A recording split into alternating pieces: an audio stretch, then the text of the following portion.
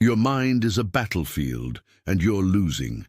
Right now, as you read this, you're losing a war you don't even know you're fighting. The enemy?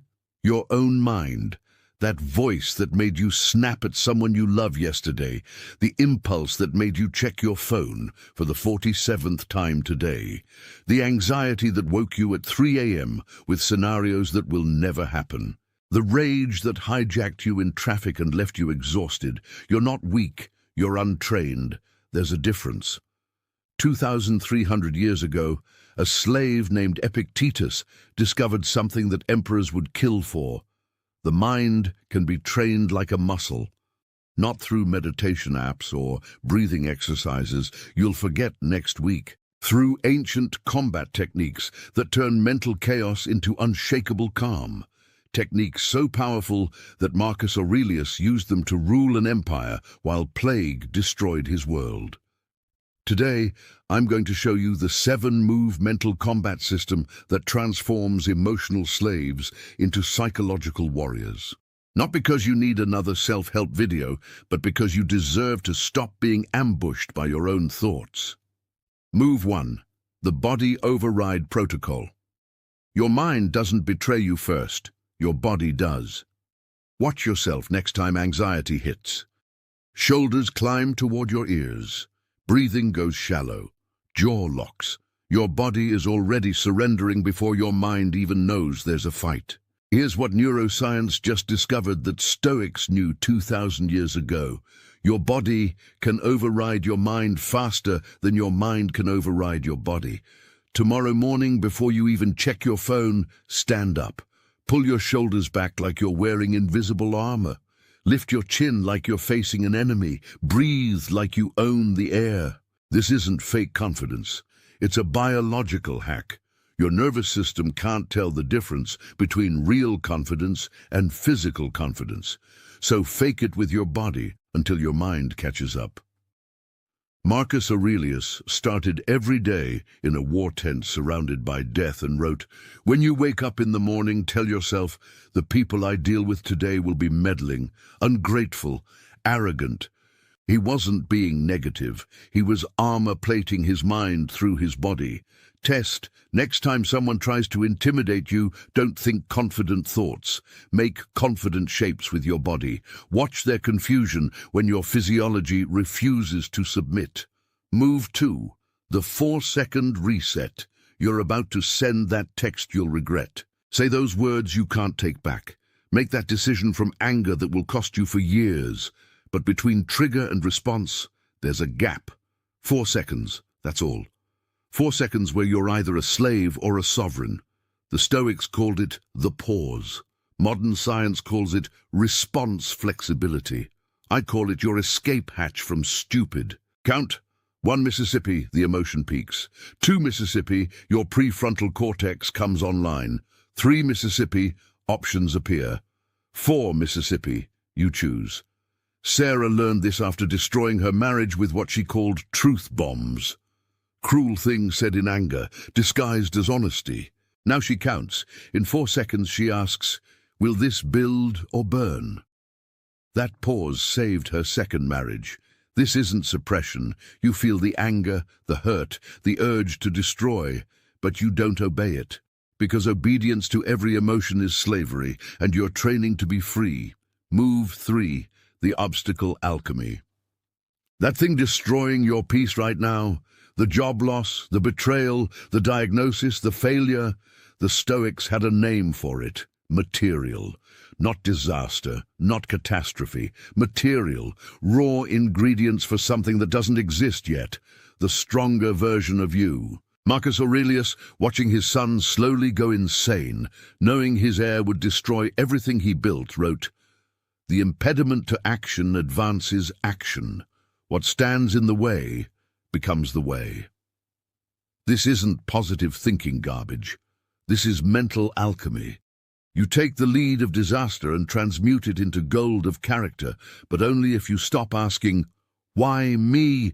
and start asking, "What now?" James lost his company to a partner's betrayal, spent 6 months in "Why me?", nearly destroyed him, then switched to "What now?", started teaching others how to protect themselves from similar betrayals, built a bigger company teaching what his pain taught him. The obstacle didn't become less painful, it became useful. Your current disaster is offering you a PhD in something.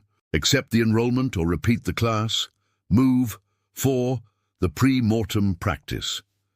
Every morning you hope for the best. Every night you're surprised by the worst. This is insanity, doing the same thing and expecting different results. The Stoics practice something called premeditatio malorum, imagining loss before it arrives. Not to manifest negativity, but to murder the element of surprise. Tomorrow morning, spend 60 seconds imagining your presentation fails, your relationship ends, your health deteriorates. Feel it. Then ask, and then what? You'll discover something shocking. You can handle it. You've handled everything so far. This isn't pessimism, it's preparation. Navy SEALs call it stress inoculation. Surgeons call it mental rehearsal. Marcus Aurelius called it freedom from fear. When you've already grieved the loss in your mind, reality can't ambush you. You've already been there, survived it, planned for it. Fear loses its power when surprise loses its sting. Move 5, the emotional taxonomy.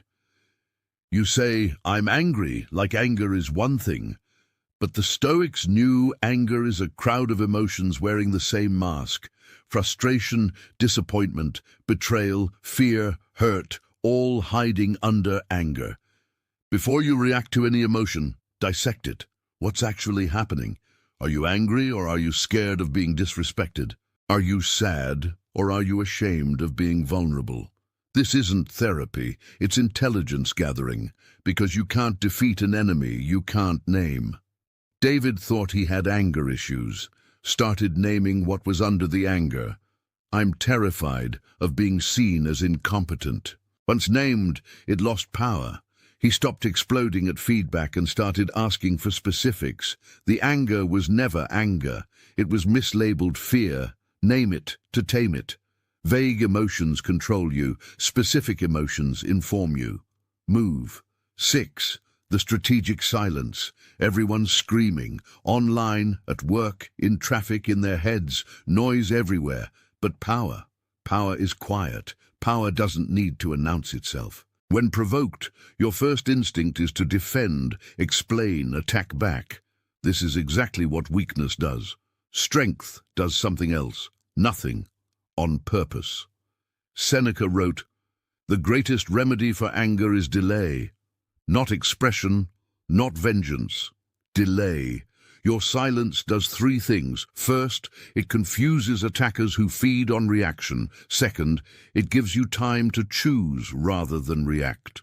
Third, it demonstrates a level of self-control that terrifies people who have none. This isn't passive.